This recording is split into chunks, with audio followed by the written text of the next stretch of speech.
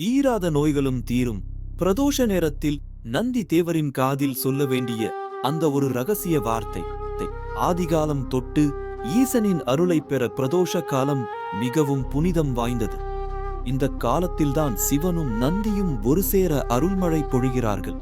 ஆயிரம் ஆண்டுகளாக ஆன்மாவை தூய்மைப்படுத்தவும் உடற்பிணிகளை நீக்கவும் மக்கள் சிவதலங்களை நாடுகிறார்கள்.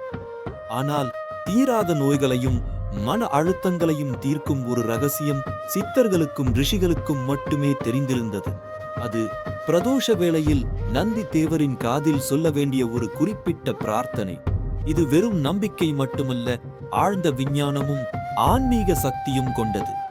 பிரதோஷ நேரத்தில் நந்தி தேவரின் காதுக்கு அருகில் சென்று உங்களது நோயின் பெயரையோ அல்லது மனக்கவலையையோ ரகசியமாக சொல்ல வேண்டும்.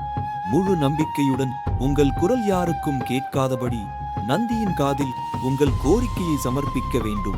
இந்த எளிய செயல் சிவபெருமானிடம் நேரடியாக உங்கள் பிரார்த்தனையை எடுத்துச் செல்லும் ஒரு பாலம். இந்த ரகசிய வார்த்தை உங்கள் உள்மனதில் இருந்து எழும் உண்மையான வேண்டுதல் நந்தி தேவர் மூலம் ஈசனை சென்றடைந்து நோய் நொடிகளை நீக்கி மனம் அமைதி பெறும். எண்ணிலடங்கா பக்தர்களுக்கு இது பலனளித்துள்ளது. இந்த முறை நம் சித்தர்களால் நமக்கு அருளப்பட்ட அற்புத பரிசு. பிரதோஷ நந்தியின் அருளால் உங்கள் வாழ்வு மலரட்டும். மேலும் கதை தொடரும். உங்கள் கருத்துக்களை பகிருங்கள்.